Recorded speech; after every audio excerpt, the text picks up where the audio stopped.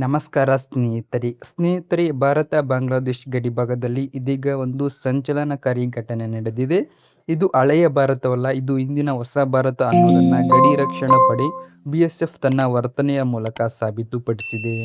ಪಶ್ಚಿಮ ಬಂಗಾಳದ ಕೋಚ್ ಬಿಹಾರ್ ಜಿಲ್ಲೆಯ ತೀನ್ ಬಿಗ ಕಾರಿಡಾರ್ ಬಳಿ ನಡೆದ ಆ ಹೈ ವೋಲ್ಟೇಜ್ ಫೈಟ್ ಮತ್ತು ಅದರ ಹಿಂದಿರುವ ಅಸಲಿ ಕಹಾನಿ ಏನು, ಬಾಂಗ್ಲಾದೇಶದ ಯೋಧರು ಯಾಕೆ ಹೆದರಿ ಓಡಿ ಹೋದರು, ಈ ಸಂಪೂರ್ಣ ಮಾಹಿತಿಯನ್ನ ನೋಡೋಣ. ಕೋಚ್ ಬಿಹಾರ್ ಜಿಲ್ಲೆಯಲ್ಲಿ ಗಡಿ ಭದ್ರತಾ ಬೇಲಿ ನಿರ್ಮಿಸುವ ಕಾಮಗಾರಿ ನಡೆಯುತ್ತಿತ್ತು. ಈ ವೇಳೆ ಬಾಂಗ್ಲಾದೇಶದ ಕಡೆಯಿಂದ ಭಾರೀ ವಿರೋಧ ವ್ಯಕ್ತವಾಯಿತು. ಅಚ್ಚರಿಯ ವಿಷಯವೇನೆಂದರೆ, ಅಲ್ಲಿನ ನಾಗರಿಕರ ಜೊತೆ ಬಾಂಗ್ಲಾದೇಶದ ಗಡಿ ರಕ್ಷಣಾ ಪಡೆ BGB ಕೂಡ ನಮ್ಮ ಅಧಿಕಾರಿಗಳನ್ನು ಬೆದರಿಸುವ ಕೆಲಸಕ್ಕೆ ಕೈ ಹಾಕಿತ್ತು. ಆದರೆ ನಮ್ಮ BSF ಯೋಧರು ತಕ್ಷಣವೇ ತಮ್ಮ ಶಸ್ತ್ರಾಸ್ತ್ರಗಳೊಂದಿಗೆ ಫೈರಿಂಗ್ ಪೊಸಿಷನ್ ತೆಗೆದುಕೊಂಡರು.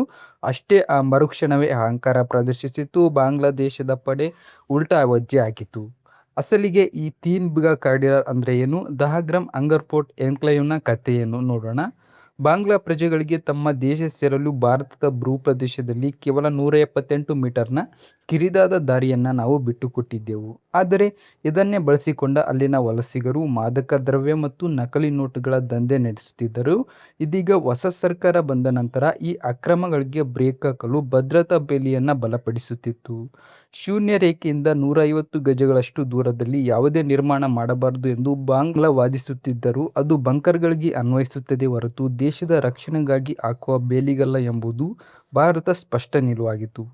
ಭಾರತೀಯ ಯೋಧರು ಈ ಧೈರ್ಯಕ್ಕೆ ನಾವು ಗೌರವ ಸಲ್ಲಿಸಬೇಕು. ದೇಶದ ಭದ್ರತೆಯ ವಿಚಾರದಲ್ಲಿ ಯಾವುದೇ ರಾಜಿ ಇಲ್ಲ ಅನ್ನೋದನ್ನ ನಮ್ಮ BSF ಯೋಧರು ತೋರಿಸಿಕೊಟ್ಟಿದ್ದಾರೆ. ವೀಕ್ಷಕರೇ, ನಿಮ್ಮ ಅಭಿಪ್ರಾಯ ಏನು? ತೀನ್ ಬಿಗ ಕಾರಿಡಾರ್ನಲ್ಲಿ ನಡೀತಿರುವ ಈ ಕಾಮಗಾರಿ ಮತ್ತು BSF ತೆಗೆದುಕೊಂಡ ಕ್ರಮ ಸರಿನಾ ಅಂತ ನಿಮ್ಮ ಅಭಿಪ್ರಾಯವನ್ನು ಕಮೆಂಟ್ ಮೂಲಕ ತಪ್ಪದೇ ತಿಳಿಸಿ.